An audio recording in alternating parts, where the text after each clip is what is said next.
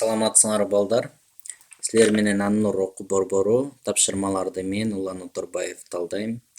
Чындыгы тест тапшырмаларын талдайбыз балдар. Биринчи бөлүм математика 30 мүнөт убакыт жана тапшырмалардын саны 30 берилет. Бул жерде нускама берилген. Нускаманы жакшылап окуп чыксаңар болот. Бул жерде негизинен 2 колонка берилет экен. Биринчи 30 тапшырмада А тилкеси, Б тилкеси деп коет. Ошондо карасаңар, мына 1 деген дагы анан 2 колонка берилген. 2 колонканын ичинде ар кандай сандар болот. Ошолорду биз салыштырышыбыз керек. Анан А, Б, В, Г деген варианттар бул жерде жок, бирок жооп баракчасында болот. Эгерде А колонкасындагы чоңдук чоң болсо, анда биз жооп баракчасына Аны белгилейбиз. Б колонкасындагы чоңдук чоң болсо Бны белгилейбиз. Эгерде экөө барабар болсо В белгиленет. Анан эгерде чыгаруу үчүн маалымат жетишсиз болсо, анда Г варианты белгиленет экен. Эми келгиле силер менен чыгаралы.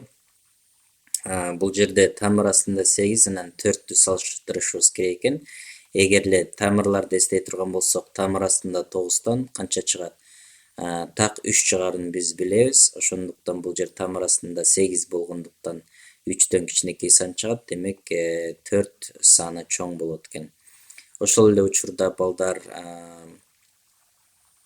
бул жерден силерге айта кетсем, тамыр астында 8ден болжол менен 2,8 чыгат. Эмне үчүн азыр мен муну түшүндүрүп кетем? Себеби ортодо ушуну тамыр астында 8, тамыр астында 5 деген сандарды көп бере берет да. Анан ошоларды бир сыйра чыгарганды үйрөнүп алышыбыз керек. Мен силерге көрсөтүп коеюн. Тамыр астында 9дон так 3 чыгат экен. 8ден 2,8 болжол менен, тамыр астында 7ден 2,6. Көңүл бурсаңар 0,2ден азайып атат да, көрдүңөр? 2,8, 2,6. Анда кийинкиси 2,4 болот. Мына көрдүңөрбү?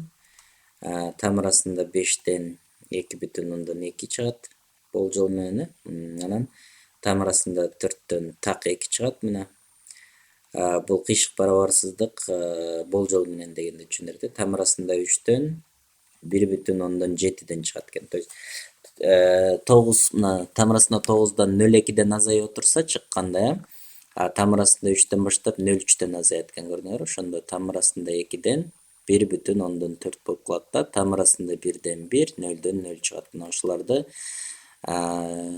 жаттап алсаңар болот экен. Же болбосо мындай өзүңөр дагы оңой эле чыгарганга жакшы экен, көрдүңөр? Мисалы үчүн 3дөн 0,2 алсак 2,8 болот. Андан 0,2 алсак 2,6. То есть мына ушундай.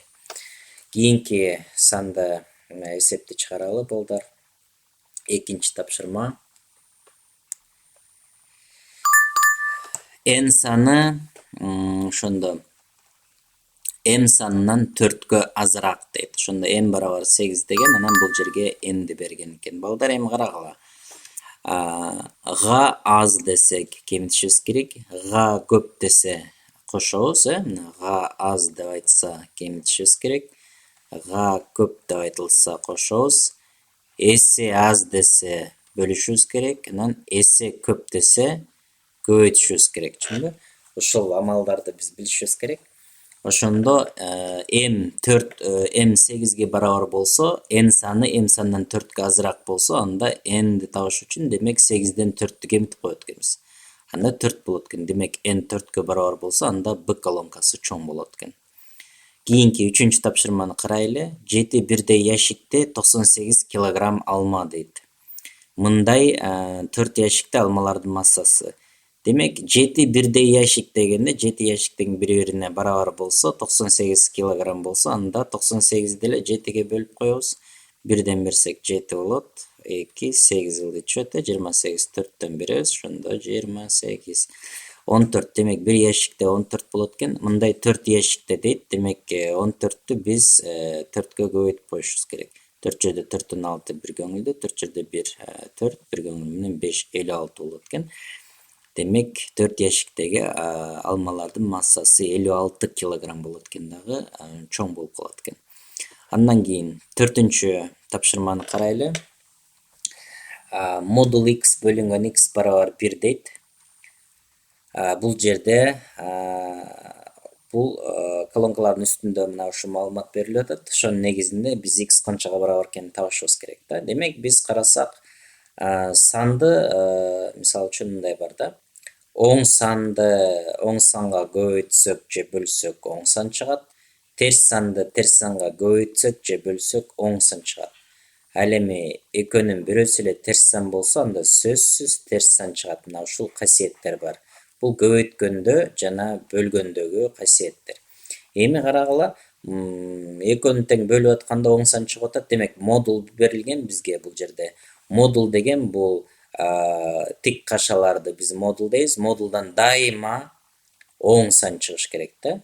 Чыккан сан дайыма оң сан болуш керек. Эч качан терс сан чыкпайт. Демек, x 5 болсо, анда бул x деле 5 деген сөз. Ошондо 5ти 5ке бөлсөк 1 болот, Эгерде x минус 5 болсо, анда бул дагы минус 5 болмок да, чынбы? Экөөнүн ордуна койгондо. Ана минус 5тен оң сан чыгат, бул минус 5 боюнча калып калат, ошондо оң санды терс санга бөлгөндө терс сан чыгат. Бул жерде эмне деп атат? Оң сан чыгат деп атат. Ошондуктан x эмне экен? Оң сан экен. Оң сан дайыма 0дөн чоң болот экен.